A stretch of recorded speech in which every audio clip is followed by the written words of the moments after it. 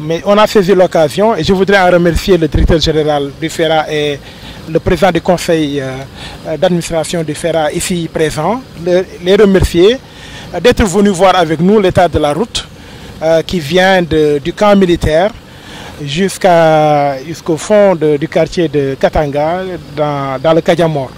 Et nous prions avec vous, avec les populations, pour que le FERA puisse nous aider à faire très rapidement ce tronçon routier qui n'est pas si long que ça. Et le DG me disait que les travaux ne sont pas si délicats, c'est à peine 1 km.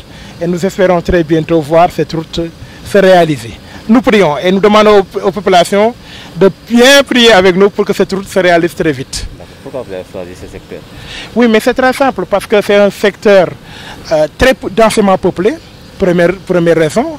Deuxième raison, vous avez vu l'état de la route. C'est inaccessible. Quand vous venez au garage, vous voulez venir à Katanga ou bien on vous dit, les taximens vous disent qu'ils ne peuvent pas accéder. Et moi, on m'a dit ici, quand je faisais une rencontre politique, quand les femmes doivent accoucher, si c'est la nuit qu'elles doivent sortir pour aller au centre de santé, c'est pratiquement impossible parce qu'il n'y a pas de véhicule pour les amener. C'est pourquoi j'ai été très sensible à ce quartier et pourquoi il faut mettre les travaux de cette route en priorité.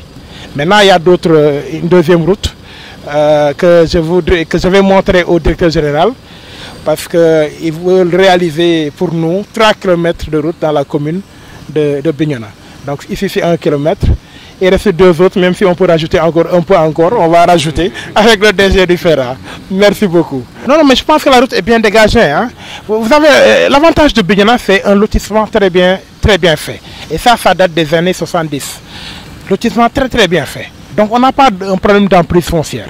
Et ça, je mets à l'aise les responsables du FERA. La route est toute tracée. Et elle est là, on va la faire.